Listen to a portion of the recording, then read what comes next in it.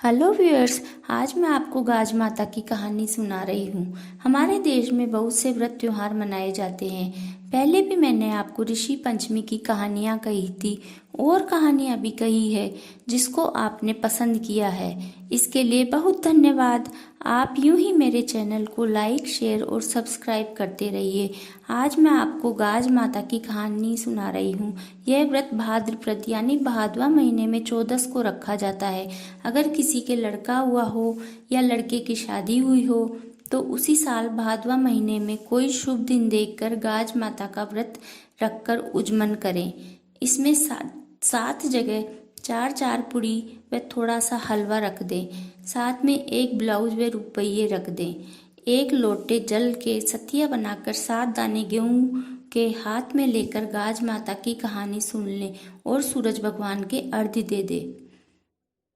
और एक पूरा बेस जिसमें साड़ी, ब्लाउज, पेटीकोट व सुहाग का सामान रखकर सासू माँ या ननद या कोई भी ब्राह्मणी को खाना खिलाकर दे दें और 7 स्त्रियों को भोजन करवाकर टीका काटकर दक्षिणा दे। बस हो गया उजमन।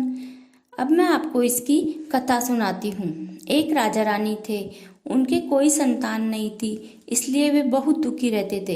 एक दिन रानी बोली, हे गाज माता, यदि मेरे गर्भ रह जाए तो मैं सीरापुरी की रसोई बनाकर सबको खिलाऊंगी और तेरा श्रृंगार करूंगी। गाज माता की कृपा से रानी के गर्भ रह गया और पुत्र हो गया, परंतु रानी ने ना तो हलवा पूरी का प्रसाद चढ़ाया और ना ही गाज माता का श्रृंगार किया, तो वो भूल गई। एक दिन रानी का लड़का पालने में सो रहा था कि गाज माता के गुस्से के कारण बड़ी जोर से आंधी आई और पालने सहित उड़ाकर ले गई और एक भील और बिल्लनी के यहाँ ले जाकर पालना रख दिया। उन भील बिल्लनी के ना तो धन था और ना ही संतान थी। वे जंगल से घास लकड़ी लाते और उसको बेचकर जीवन यापन करते थे। भील बिल्लनी जब जंगल से वापस आए तो उन्होंने पालने में लड़का देखा, तो उसे देखकर वे बहुत खुश हुए और उसको पालने पोसने लगे। एक धोबी था जो राजा और भील दोनों के कपड़े धोता था। इधर राजा के महल में शोरगुल मचा हुआ था कि गाज माता लड़के को उड़ाकर ले गई। पास में ही धोबी खड़ा सुन रहा था। उसने महाराज से कहा कि मैंने आपके पालने में सोता हुआ लड़का भील के देखा है। तब राजा ने सेवकों को आज्ञा दी कि भील को यहाँ बुलाकर लाओ। भील महल में आ गया। तब राजा ने भील से पूछा कि तेरे घर पालने सहित लड़का कैसे पहुंचा।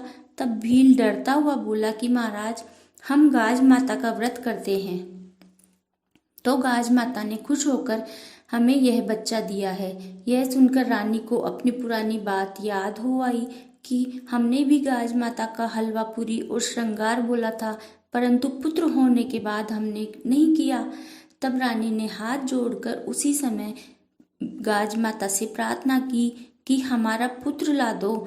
मैंने जितना हलवा पूरी और श्रृंगार बोला था उससे दुगुना करूंगी। गाज माता ने राजा रानी को उसी समय पुत्र लाके दिया। राजा ने भील बिल्लनी को बहुत सा धन देकर विदा किया और गाज माता के व्रत के प्रभाव से उनके भी पुत्र हो गया। रानी ने खूब धूमधाम से गाज माता के हलवे पूरी का भोग लगाया, बहुत लोगों को जिमाया और बहुत अच्छा श्रृंगार किया। हे गाज माता, जैसे तूने भील बिल्लनी को धन और पुत्र दिया और रानी का खोया हुआ पुत्र लौटाया, उसी प्रकार सबको पुत्र और धन देना। कहानी कहने वाले, सुनने वाले और हुकारा भरने वाले सभी को धन और पुत्र देना। बोलो गाज माता की जय।